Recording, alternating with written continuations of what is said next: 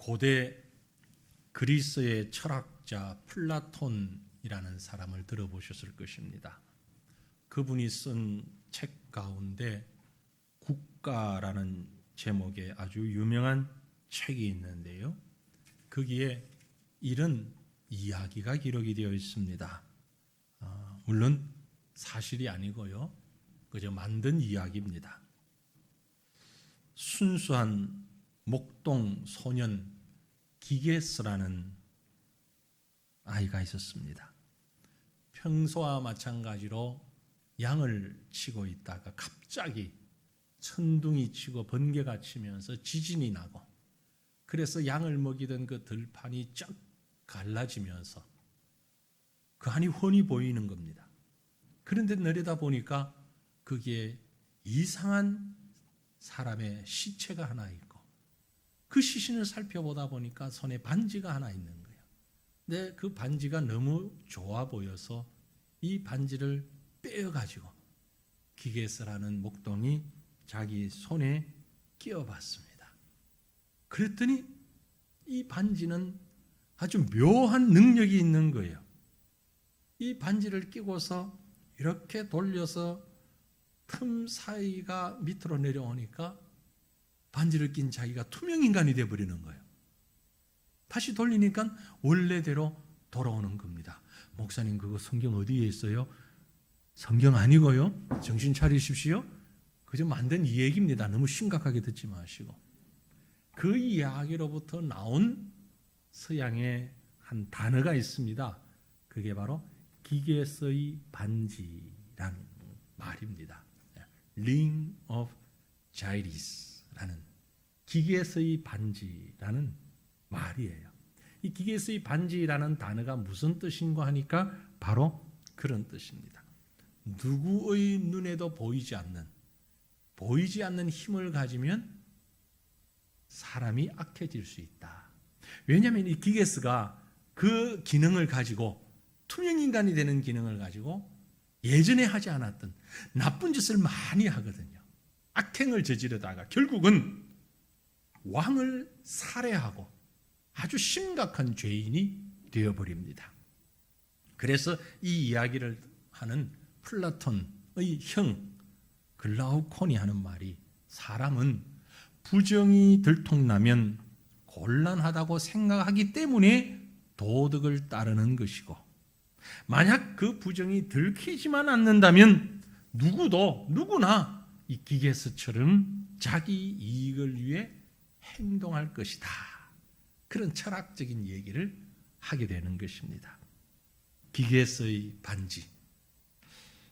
이 이야기를 통해서 우리는 누군가의 감시가 우리의 욕망을 누르고 때로는 범죄를 막는 수단이 될 수도 있다라는 이론을 말하게 되는 것입니다.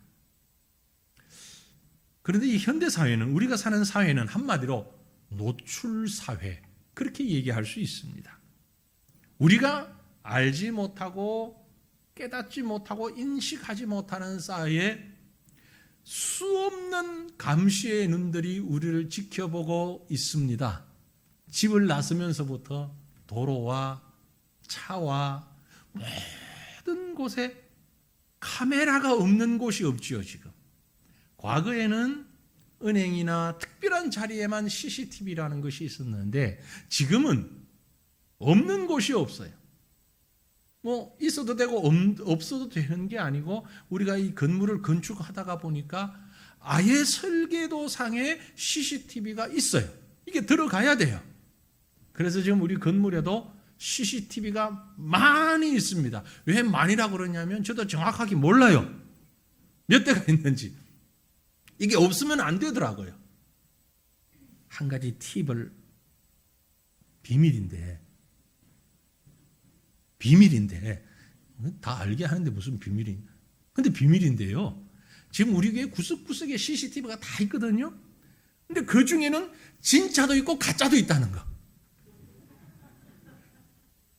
어느 게 가짜고 어느 게 진짜인지 저도 잘 몰라. 생긴 게 똑같아요. 왜 그러냐면은 처음엔 진짜만 다 했는데 나중에 여기 있어야 되는데 없네 하고 나중에 단 게 있어. 그 나중에 단 건 가짜야.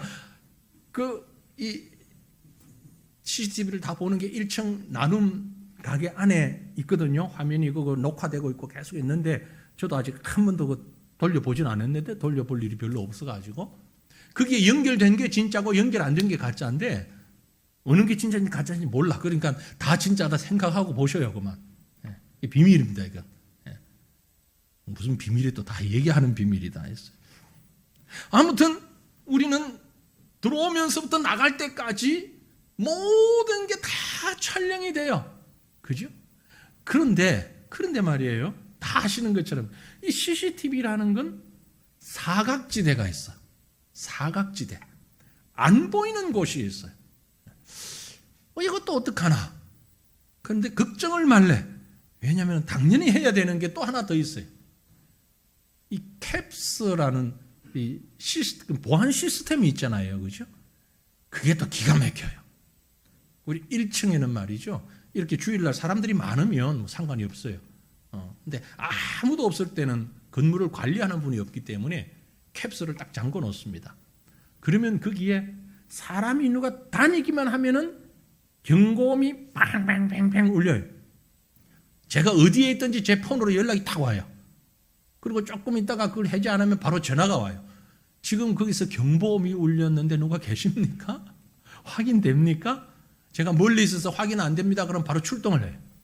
가까이 있어서 확인됩니다. 누가 실수했습니다. 그러면 없었던 일로 돼요.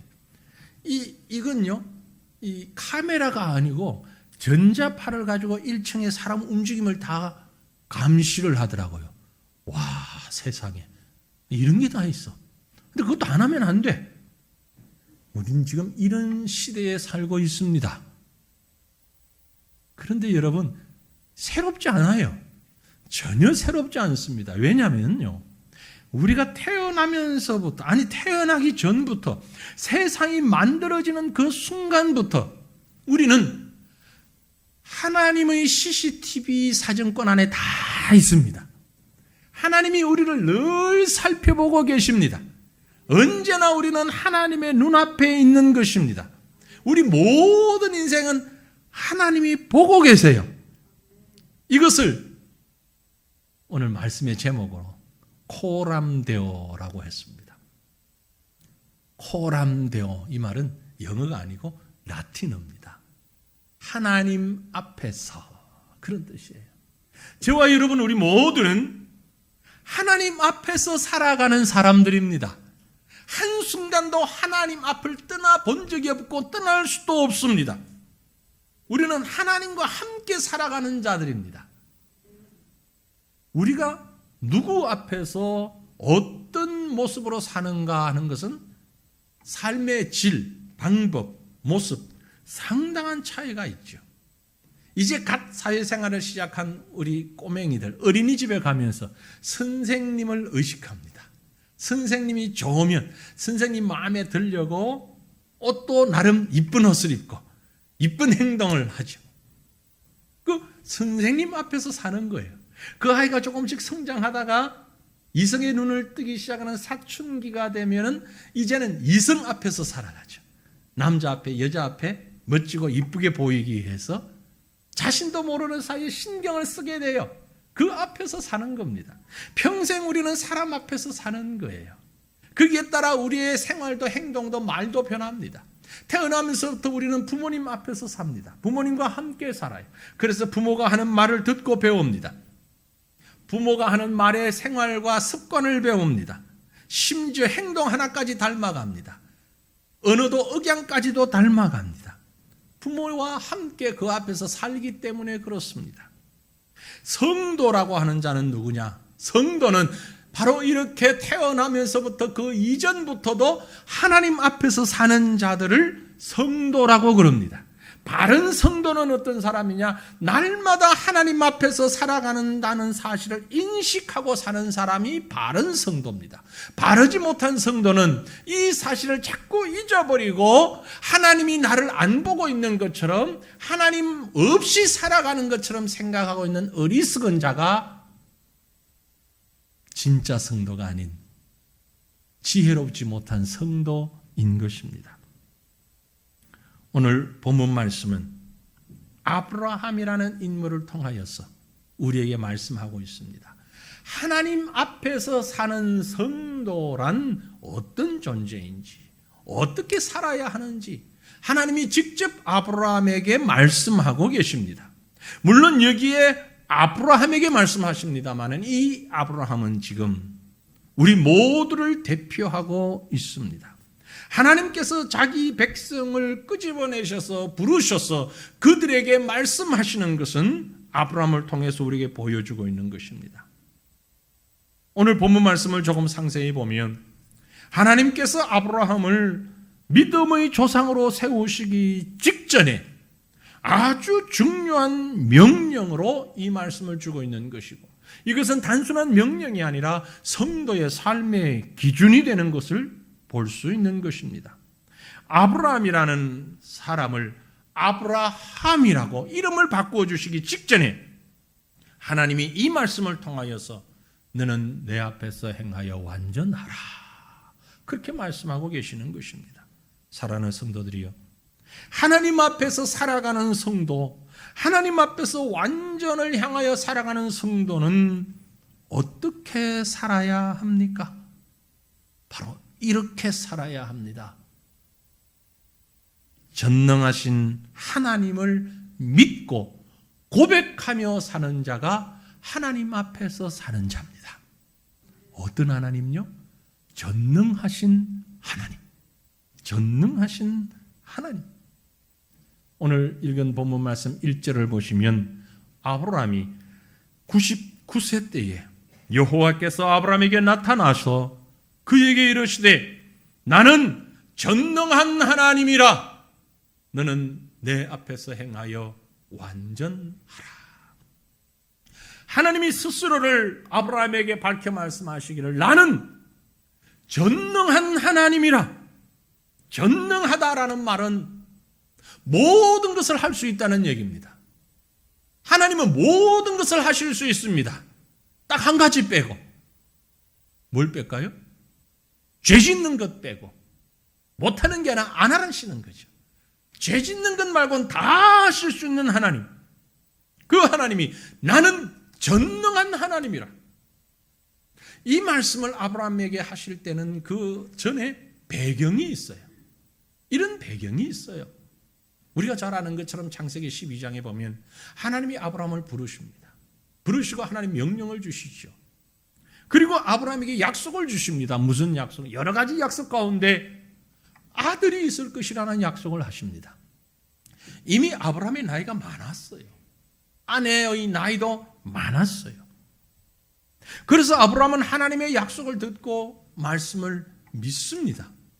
하지만 갸우뚱합니다. 아니, 내 나이가 이런데 어떻게 아들을 낳을 수 있지? 아브라함은 하나님을 믿었습니다. 그런데 하나님을 구체적으로 믿질 않았어요. 오늘 이 자리에 계신 여러분들, 제가 여러분에게 여러분은 하나님을 믿습니까? 질문을 하면 다 예라고 대답할 겁니다. 아멘 하실 거예요. 하나님 믿습니까? 하나님을 믿습니까? 하나님을 믿지 않는 자가 여기에 나올 리가 만무합니다. 예배하는 자리니까. 하나님을 예배하는 자리니까. 근데 다 하나님을 믿는데 구체적인 부분에, 세부적인 부분에 들어가면 글쎄요, 다 못 믿을 때가 우린 참 많아요. 아브라함이 그랬습니다. 아브라함은 하나님을 믿어요. 근데 하나님께서 아브라함에게 너에게 아들이 있을 것이다. 예, 하나님, 아멘입니다. 그런데 자기를 돌아보니까 아이고, 내 나이가, 아이고, 우리 아내의 나이가 안 되겠는데, 가만히 있다가는 안 되겠는데, 하나님을 믿지요. 하나님이 아들을 주신다 했으니 믿습니다. 믿는데 하나님 좀 디테일한 구체적인 부분에 가서는 제가 생각해 보니까 이건 이렇게 해야 될 것 같아요. 하나님의 말씀 믿는데 이렇게 해야 될 것 같아요. 그래서 하가를 취하여서 이스마엘이라는 아들을 낳게 됩니다. 아브라함 생각에 자신도 점점 늙어갈 뿐만이 아니라 이미 나이가 많았고 아내 사라가 이미 나이가 늙었고 경수가 끊어진 상태인지라 도무지 생산할 능력이 없는데 하나님은 자손을 약속했으니까 구체적인 방법은 내가 알아서 해결하는 것이 센스 있고 똑똑한 하나님의 사람인 거야. 믿음을 가지되 내가 생각하고 판단하고 할 건 해야 돼. 이게 똑똑한 믿음의 사람이야. 그렇게 이해했는지도 모릅니다. 이게 바로 우리 모습이죠. 믿음이 있다고 하면서 구체적이고 세부적인 부분에 들어가서는 철저하게 계산적이고 인간적인 생각들을 하면서 살고 있지 않습니까? 주변의 환경, 습관, 역사, 문화, 정치, 심지어 집값의 오르고 내림세, 물가 다 생각하고 계산하고 그러면서 하나님 믿습니까? 예, 하나님 믿습니다. 아니 믿는다면서요. 예, 믿지요. 그러나 세부적인 것은 우리 하나님이 가만히 보니까 좀 디테일하게 그런 부분이 약하신 것 같아서 나에게 있어서 이건 이렇고 저건 저렇고 내가 계산해야 되고 내가 생각해야 하고 이건 내 방법대로 해야죠. 그게 똑똑한 크리스찬이죠. 아브라함은 지금 그런 자세로 하갈을 취하여 이스마엘을 얻었던 것입니다. 그 아브라함에게 나타나신 하나님께서 좀 전에 보았던 본문 1절 말씀에 나는 전능한 하나님이야 아브라함아 라고 말씀하고 계시는 것입니다. 전능하신 하나님 여러분 믿습니까? 전능하신 여호와 하나님을 믿으십니까? 나는 전능한 하나님이라. I am the Almighty God. 모든 것을 가능케 하는 능력의 하나님이다. 인간의 생각에는 내 방법으로는 내 판단으로는 이렇고 저렇고 이만저만 하지만 그러나 하나님은 우리 방법대로 일하시는 하나님이 아닙니다. 하나님의 방법대로 일하시는 하나님이에요. 전능하신 하나님은 우리가 예상하지 못하고 아무리 계산하고 예상을 하여도 도저히 될 수 없는 일이라 할지라도 하나님은 이루고야 마시는 것입니다. 인간의 생각, 이성, 논리, 과학, 능력 아무리 불가능하다고 해도 하나님이 하신다면 하실 수 있습니다. 이 하나님을 믿고 믿음 앞에서 살아가는 사람이 하나님 앞에서 사는 자인 것입니다. 그럼 구체적으로 그 하나님은 어떤 능력을 가지고 있습니까? 말씀으로 만물을 창조하신 능력의 하나님이심을 믿으시길 바랍니다. 말씀으로 아무것도 없는 무에서 유를 창조하신 하나님. 요한복음 1장에 기록하기를 만물이 그로 말미암아 지은 바 되었으니 지은 것이 하나도 그가 없이는 된 것이 없느니라. 눈에 보이는 것 보이지 아니하는 것 좋은 것 나쁜 것 모든 것이 하나님의 손에 의하여서 하나님의 말씀의 능력으로 하나님의 방법으로 창조함을 받은 것입니다. 여러분 세상에 있는 물건들을 이렇게 저렇게 조합하고 만들어서 어떤 물건을 발견한다 했을 때 그 사람이 위대한 사람이라고 박수를 치면서 대단한 인물이라고 대접을 합니다. 하지만 우리 하나님은 아무것도 없는 상황에서 말씀만으로 빛을 만드시고 세상을 만드시고 온 우주를 창조하신 하나님인 것을 믿으시길 바랍니다. 그 하나님이 나의 하나님이십니다. 그 하나님 앞에 살아가는 자가 바로 성도인 것입니다. 뿐만이 아니고 우리 하나님은 창조하신 만물을 지금도 다스리고 계시는 분이에요. 아모스 4장에 보니 보라 산들을 지으며 바람을 창조하며 자기 뜻을 사람에게 보이며 아침을 어둡게 하며 땅의 높은 데를 밟는 이는 그의 이름이 만군의 하나님 여호와시니라. 산을 지으시고 바람을 지으시고 빛을 지으시고 어둠을 지으시고 세상을 주관하시고 다스리시는 분. 여러분 많은 사람이 잘 다스리는 자를 능력 있는 지도자라고 합니다. 우리나라에도 지도자를 주기적으로 바꿔가며 세웁니다. 왜 그렇습니까?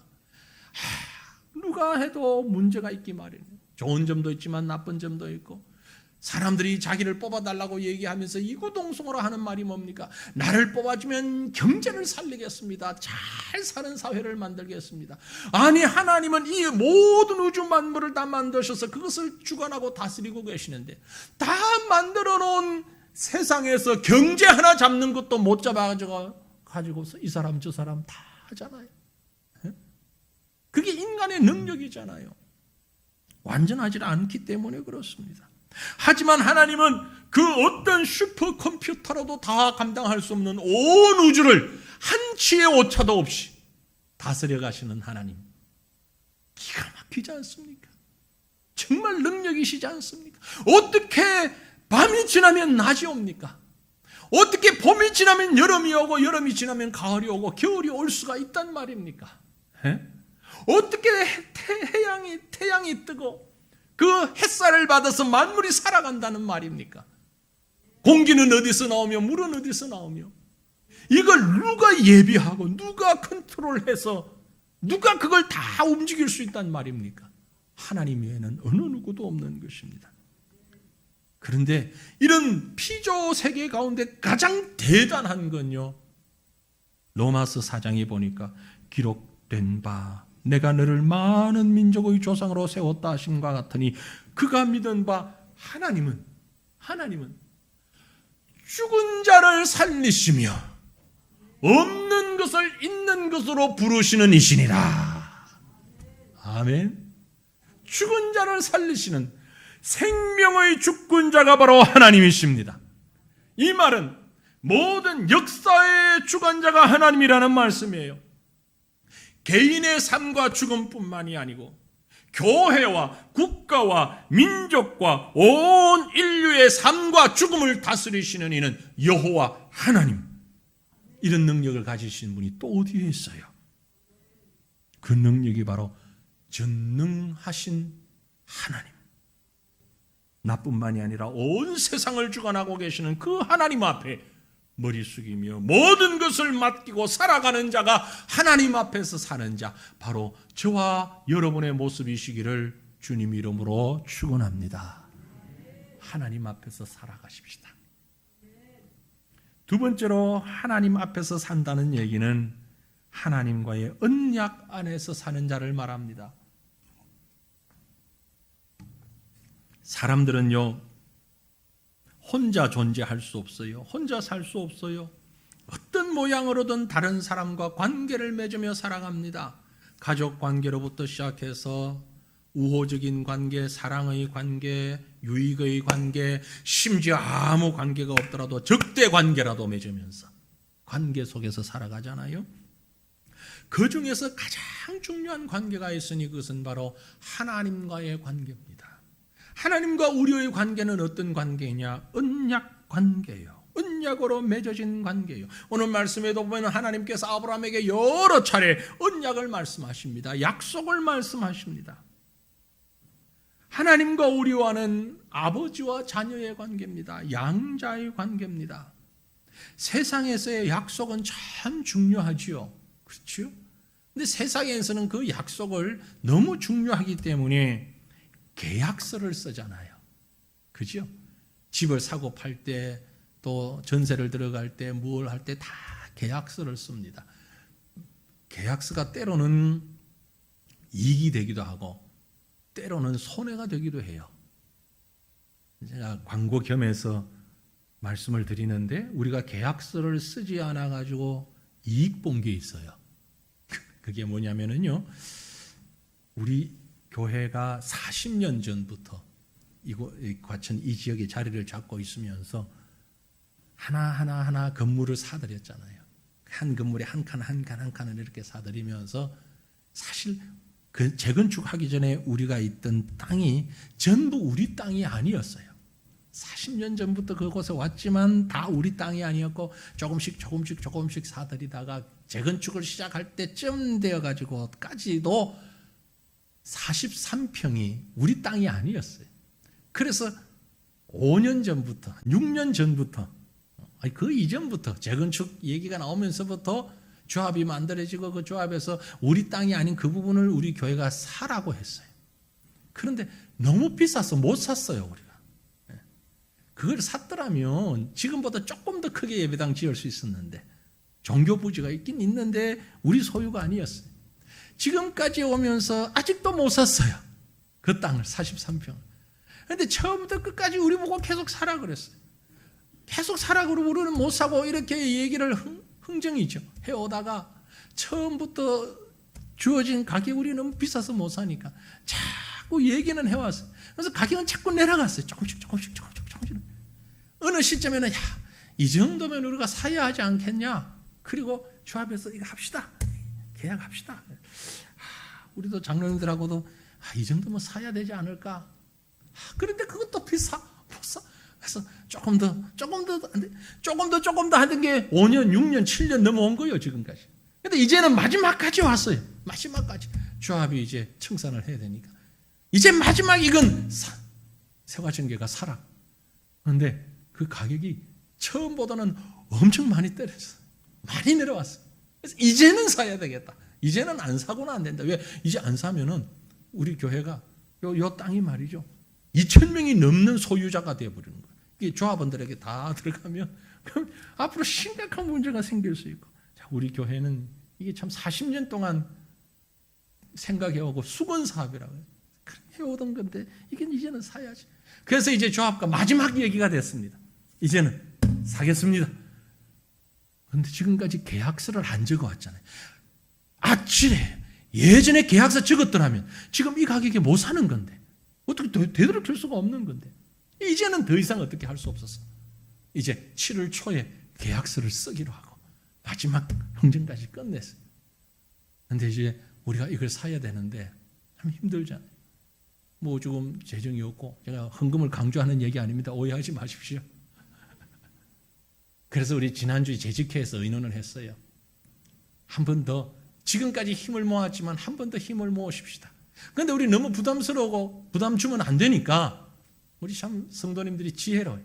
이번에 우리 헌금을 하는데 이름 적지 말고 합시다. 그래서 누가 얼마 했는지도 모르게 어떤 분이 그러더라고요. 깜깜이 헌금합시다.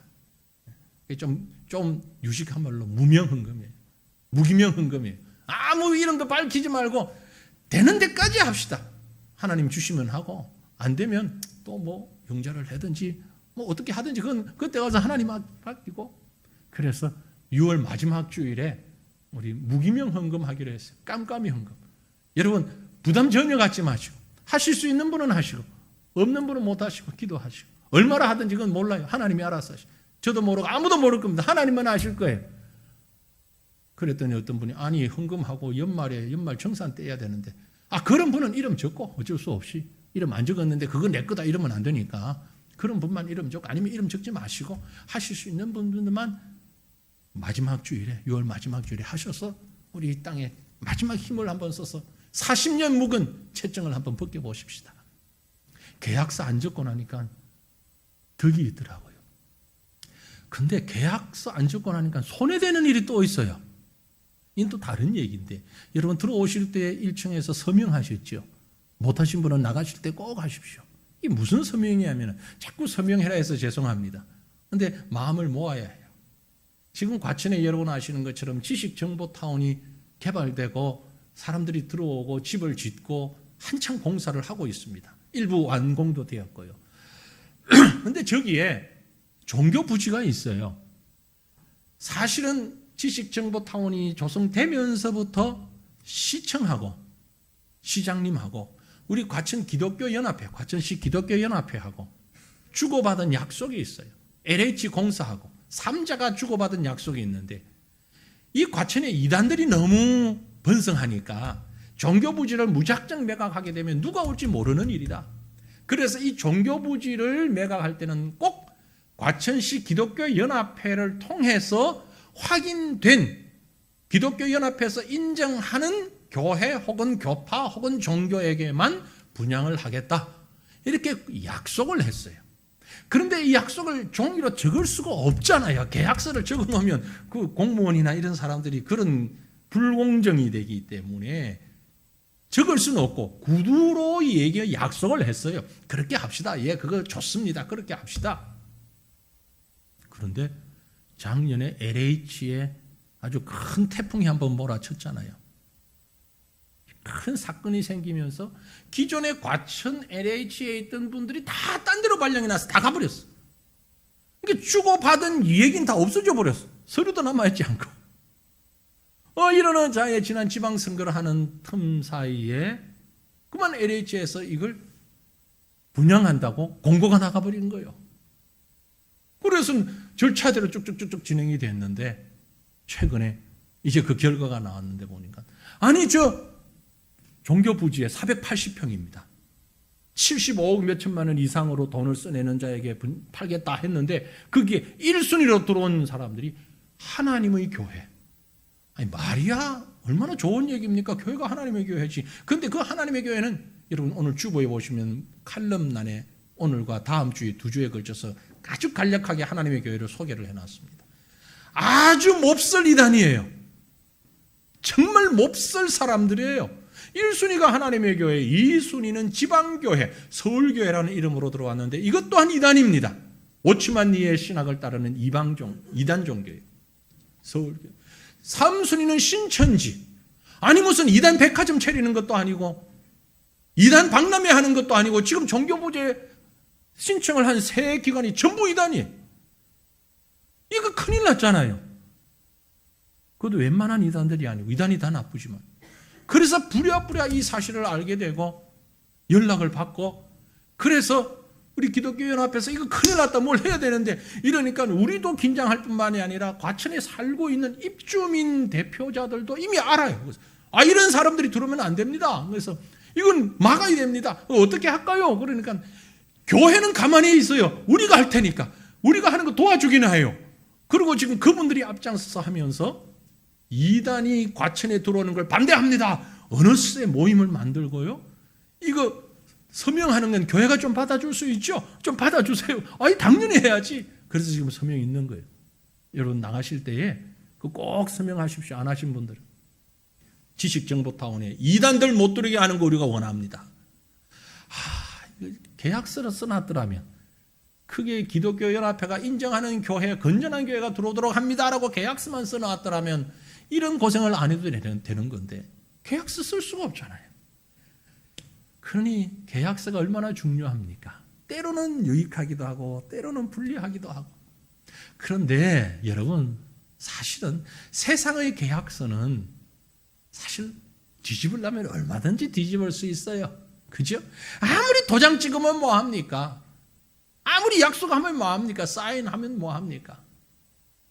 저는 요즘도 주민센터에 가서 인감증명을 엄청 많이 떼거든요. 아니 집도 없고 땅도 없고 아무것도 없는 제가 인감증명은 여기 앉아 계신 어느 분보다 많이 뗄 거예요. 한 달에 한 5통 정도씩 뗍니다. 매달. 무슨 인감증명이 그렇게 많이 필요하냐. 아니 형식상 제가 대표로 되어 있는 곳에서 특별히 이제 선교회에서 매달 선교사님들한테 이 선교비가 나가야 되니까 총회 선교부에서 이거 일할 때마다 인감증명이 있어요. 안 그러면 제가 가야 되니까 갈 수가 없잖아요. 그래서 매번 인감증명 떼주는 데는 아주 이력이 났어요. 떼주면서도 이거 가져가면들 뭐하나 이거. 아니 도장 찍으면 뭐하고 계약서 쓰면 뭐야 얼마든지 바꿀 수도 있는 건데 그런 잘못된 생각인지는 모르지만 생각이 들어요. 인간이 가지고 있는 약속이라고 하는 것은 변할 수밖에 없습니다. 변하기 마련입니다. 아무리 약속을 해도 변합니다. 그런데 진짜 안 변하는 것이 있어요. 그게 뭡니까? 하나님과의 약속이에요. 하나님과의 약속은 계약서 없어도 돼요. 완벽합니다. 이건 제가 드리는 말씀이 아니에요. 성경이 하는 얘기입니다. 고린도서 1장에 하나님의 약속은 얼마든지 그리스도 안에서 예가 되나니 예스가 되나니 하나님의 약속은 얼마든지 그리스도 안에서 예스밖에 안 된다. 그런즉 그로 말미암아 우리가 아멘하여 하나님께 영광 돌리게 되느니라.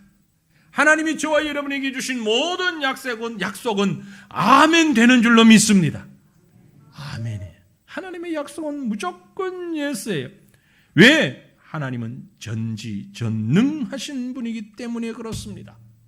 사람은 아무리 약속을 해도 능력이 안 돼서 못할 게 많아요. 잊어버려서 못할 때도 많아요. 하나님은 잊지 아니하십니다. 하나님은 모든 것을 하실 수 있는 하나님입니다.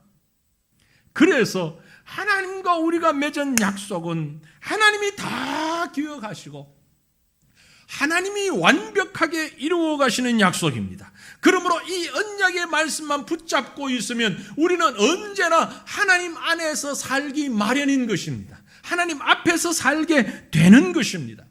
하나님께서 이 세상을 어떻게 다스려 가시든지 우리는 하나님의 약속을 믿습니다. 우리를 구원하기로 작정하신 하나님, 그리고 우리를 불러주신 하나님, 우리를 통해서 역사하시는 하나님, 내가 너로 하여금 큰 민족을 이루게 하겠노라고 약속하신 하나님, 나이가 들었든지 육신이 병이 들었든지 기억력이 상실되었든지 상관없이 하나님의 약속은 언제나 예가 되는 줄 믿으시길 바랍니다.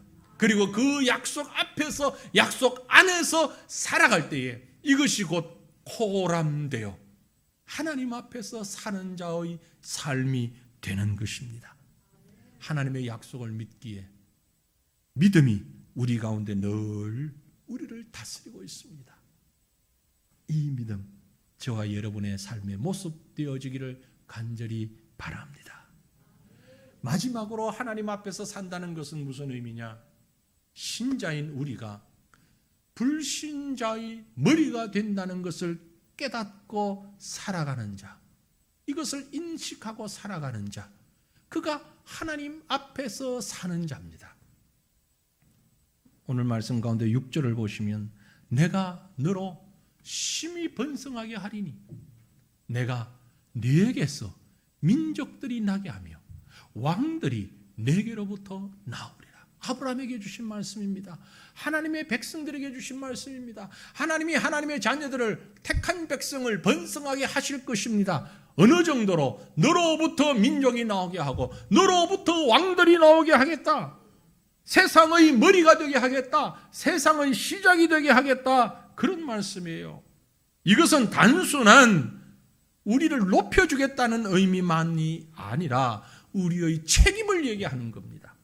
이렇게 아브라함에게 말씀하신 하나님께서 곧 이어서 성경을 보면 어떤 사건이 나옵니까? 19장 이후에 가면 소돔 고모라 사건이 나오죠. 여러분 다 아시죠? 소돔 고모라 성이 멸망한 것. 왜 멸망했습니까? 소돔 고모라 성이 왜 멸망당했죠?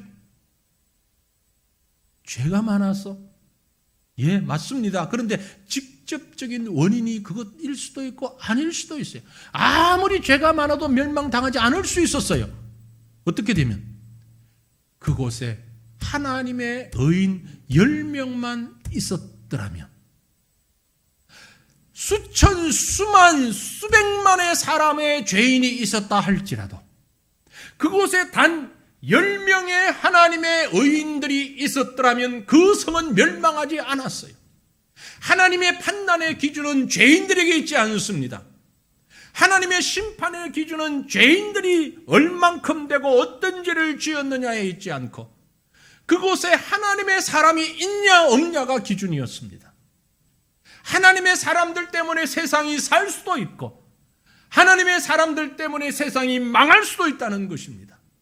그곳에 10명의 진정한 하나님의 믿음의 사람, 하나님 앞에서 살아가는 사람만 있었더라면 그 성은 멸망하지 않았어요. 이것이 바로 신자가 불신자의 머리가 된다는 말씀의 뜻입니다. 하나님 앞에서 살아야 하는 이유가 바로 이것입니다. 우리의 생은 우리만의 생으로 끝나지 않습니다. 우리의 행위는, 우리의 판단은 우리만으로 끝나지 않습니다. 나로 인하여서 이 세상이 변화되어지는 것입니다. 가까운 한국 교회의 역사를 봅니다. 한국 사회의 역사를 봅니다.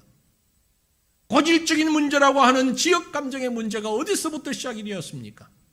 너무나도 죄송스럽고 부끄러운 얘기지만은 교회에서부터 시작이 된 겁니다. 교회에서 지역 감정으로 나뉘어지고 그것 때문에 교단이 분열되고 그것 때문에 교회가 나뉘어지고 그런 역사가 지나고 나니까 이제는 사회에서 똑같이 따라가고 있는 것입니다. 여러분 기억하십시오. 목회자가 타락하면 교회가 타락합니다. 교회가 타락하면 이 사회가 타락하게 되는 것입니다. 교회는 기관차의 맨 앞에 있는 열차의 기관차와 같은 것입니다. 기관차가 길을 잘못 들면 뒤따라가는 객차는 다 그 길을 따라갈 수밖에 없어요. 다른 길을 갈 방법이 없습니다. 교회가 물질 만능주의로 나가니까 세상도 물질 중심주의로 나가는 것입니다. 교회가 크고 대형화만 추구하면서 얼마가 모였다 이것만 자랑하다 보니까 온 세상도 이제는 대형화 위주로 나가게 됩니다. 어떻게 하든지 크게만 되고 보려고 합니다. 많이 모이고만 좋다고 합니다. 교회가 인본주의로 흐르다 보니까 세상이 자기중심주의가 되고 인본주의가 되어가는 것입니다. 여러분, 세상을 향하여 손가락질하지 마십시오. 세상 정치인들이, 경제인들이, 세상 사람들이 이러쿵저러쿵 헐뜯지 마십시오. 그 책임이 누구에게 있느냐? 바로 우리에게 있습니다. 교회에게 있습니다. 믿음의 사람들에게 있습니다. 하나님은 믿음의 사람들을 보시고 세상을 다스리고 계십니다. 우리가 하나님 앞에 바로 서면 세상은 하나님 앞에 설 수밖에 없습니다.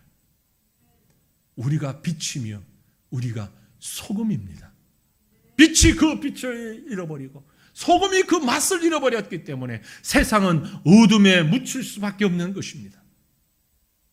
이것이 바로 신자가 불신자의 머리가 된다는 것입니다. 하나님 앞에서 사는 자는 세상을 책임지고 사는 자입니다. 하나님 앞에서 사는 자는 온 세상의 머리로서 하나님 앞에 믿음의 선한 양심 위에 서서 살아가는 것을 말하는 것입니다. 사랑하는 성도들이여, 오늘도 우리는 코람데오의 믿음을 가지고 설 수 있기를 바랍니다. 전능하신 하나님, 능력의 하나님, 그 하나님이 나의 하나님이시며 나에게 약속하시고 약속하신 것을 이루어 가시는 하나님, 그 하나님께서 우리에게 이 땅을 맡겨주심을 믿고 세상 가운데서 진정한 하나님의 사람으로 하나님 앞에서 믿음의 삶을 살아가는 저와 여러분, 우리의 모습 되시기를 주님의 이름으로 축원합니다. 기도하겠습니다.